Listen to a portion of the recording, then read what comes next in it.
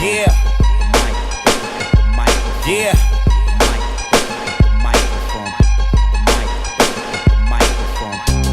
Too many Indians and no chiefs.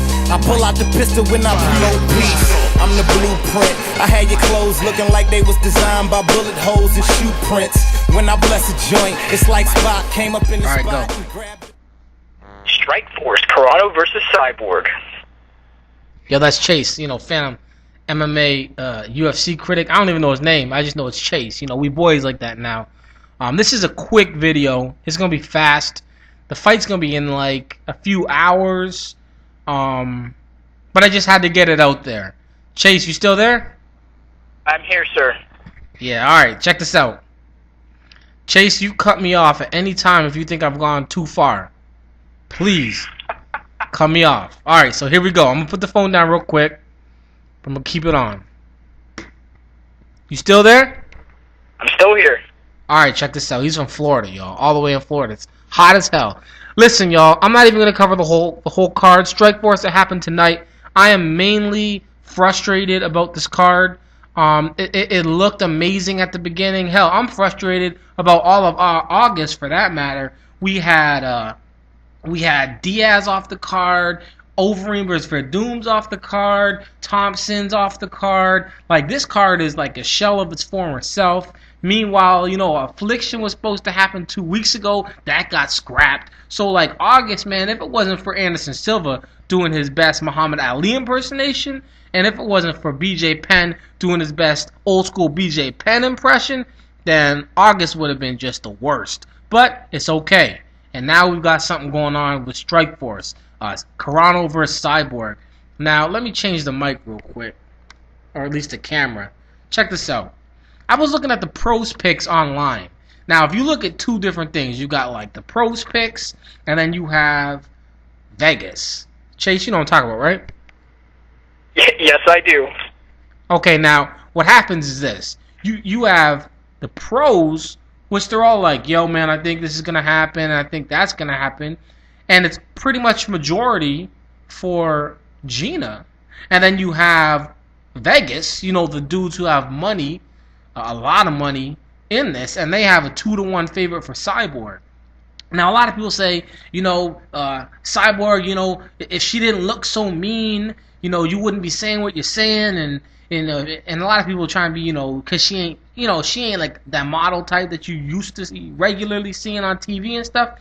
So that if she didn't look like so vicious, you know what I mean, she wouldn't, you wouldn't be saying what you're about to say. And it's like, well, isn't that the same thing for Vanderlei back in the day? Like, these dudes don't look scary as a joke. They actually are serious. Cyborg can only do one thing. This is what I'm trying to tell you. You know what I mean? It's like if you look at the certain folks most of the time, like the best ones of all time, it's like that's all they could do. You know what I mean? And this is a situation. Cyborg is not going to be an actress. She ain't going to be on American Gladiator. She ain't going to be I don't know what she could do, like school-wise. She might be smart, but I don't know. But I'm just saying, fighting is it. That's it. She fights. That's it. She's scary. And she doesn't, she's not scary because she fights. She fights, because she's scary. You know what I mean? Like, that's all she can do. She'd either be fighting or like holding you up at a corner store. So you better be happy she's fighting and not you.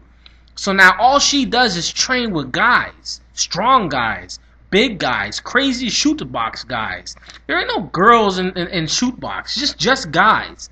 All right? Now, they might not be the best fighters in the world anymore, but it doesn't change the fact that they are all killers. So she trains with a pack of killers. That's it.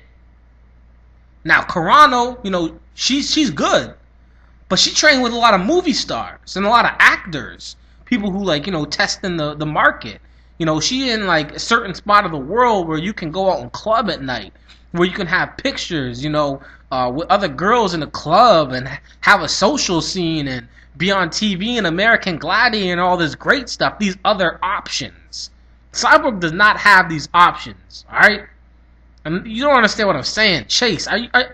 You're not getting charged long distance, are you? Oh, I am not. Alright, Chase, he's there. We were just talking on the phone, and I said, I'm going to make this video. But you know what? Why hang up? Might as well just have you there.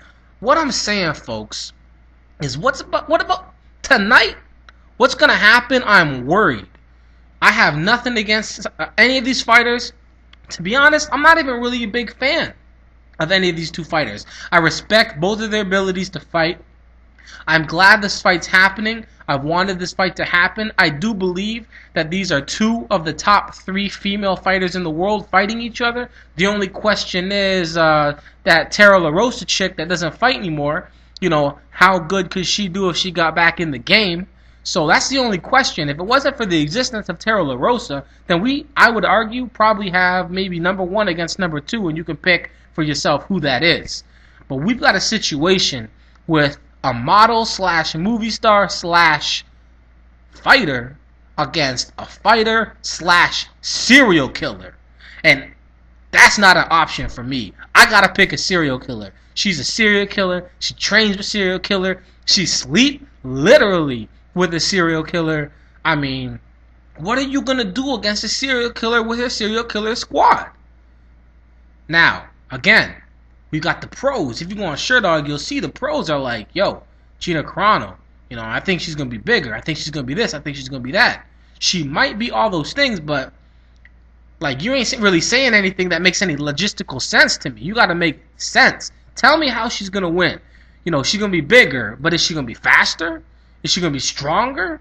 She's definitely not gonna be like better on the ground. Like, I don't really know what's going on, except for I just know that I'm worried about MMA post tonight, because there will be, I believe, lots and lots of people screaming and shouting and hollering and yelling about MMA and how vicious and violent and brutal it is. And I believe that when they say, please bring exhibit number 1, they will bring this tape, because it's going to involve a pretty girl fighting a monster. And I don't mean monster by physically, face-wise. I mean monster inside.